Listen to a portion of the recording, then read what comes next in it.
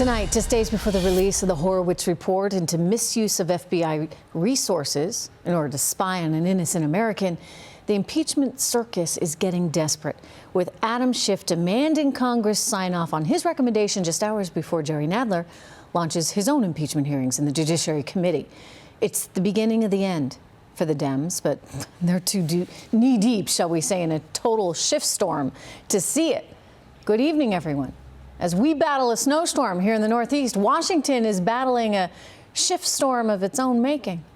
The president is refusing to testify in this round. And why should he? Why would he? I mean, for goodness sakes, given the bias, given the conjecture, and the total lack of neutrality in covering this entire impeachment ordeal, he'd have to be crazy to step foot in their courtroom. You have only to look at the mainstream media and the left's response to the president traveling to Afghanistan to be with our troops this Thanksgiving. Newsweek reporting that he was golfing and tweeting. You see that? In actuality, this is what the president was doing on Thanksgiving.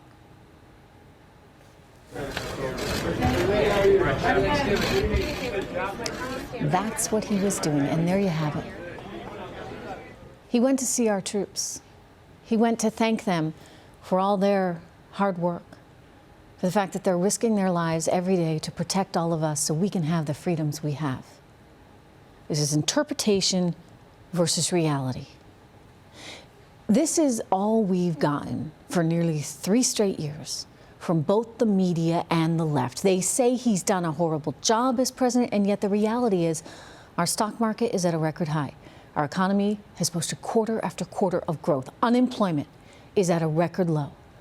You wonder why the president refuses to feed the beast, as they say. I mean, why testify in a rigged court when anything and everything you say will be, for certain, used against you? There is no benefit of the doubt when it comes to him.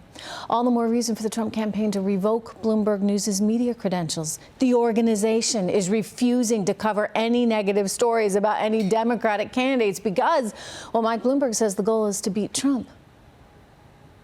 It's shameful.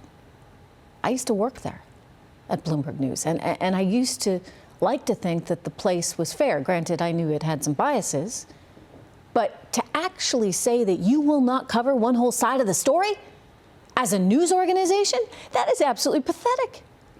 And yet it's another example of this dangerous path that our country is taking right now as the left tries to limit our First Amendment. So kudos to the president for not partaking in that. But let's get back to his trip right now in Afghanistan, the trip that he took over Thanksgiving. For just a moment, I want to talk about that because I was kind of curious. I mean, how many times did President Obama visit our troops in the Middle East on Thanksgiving? I wondered. The answer? 0.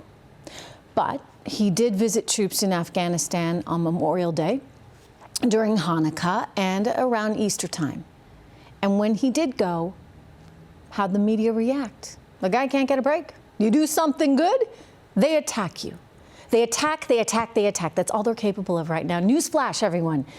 That does not and will not resonate with everyday Americans. We want a president who does his job. Media be damned.